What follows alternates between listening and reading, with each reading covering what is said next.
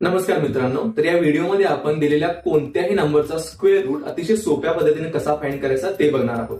तर आपण एक एक्झाम्पल घेतलेला आहे 1521.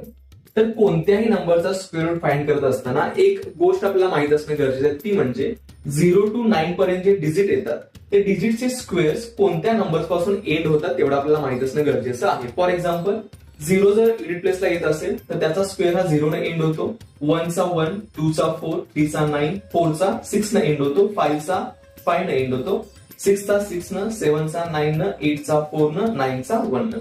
ही एवढी रिव्हिजन गोष्ट आपल्याला माहित असणं गरजेचं आहे. तर काय करायचंय बघा, आपल्याला दिलेला जो नंबर आहे तो पहिल्यांदा या ठिकाणी लिहून घ्यायचा आहे, 1521.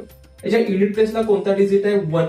आता इथं बघा, 1 ह्या डिजिटनं एंड होणारे स्क्वेअर कोणकोणत्या नंबरचे आहेत? एक तर 1 चा स्क्वेअर 1 ने एंड होतो किंवा 9 चा स्क्वेअर 1 ने एंड होतो. म्हणजे याचा जो स्क्वेअर रूट असणार आहे तो एक तर 1 ह्या डिजिटनं एंड होईल किंवा तो 9 ह्या डिजिटनं एंड होईल. तर पुढे काय करायचंय आपल्याला, जे युनिट प्लेस आणि टेन्स प्लेसचे जे डिजिट आहेत यांना बाकीच्या नंबर्स पासून वेगळं करायचंय.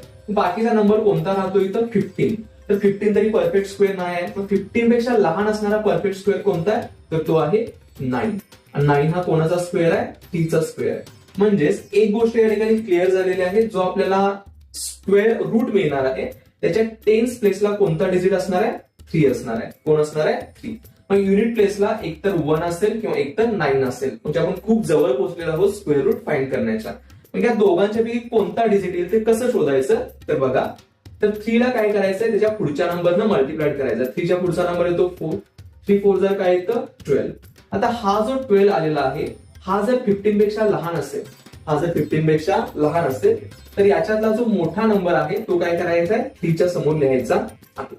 आणि जर ही मल्टिप्लिकेशन 15 पेक्षा मोठी आली असती तर याच्यापैकी आपण कोणता डिजिट घेतला असता? 1 हा डिजिट घेतला असता.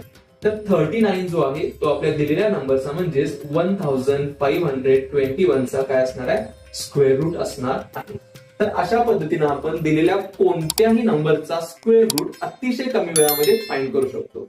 Thank you very much.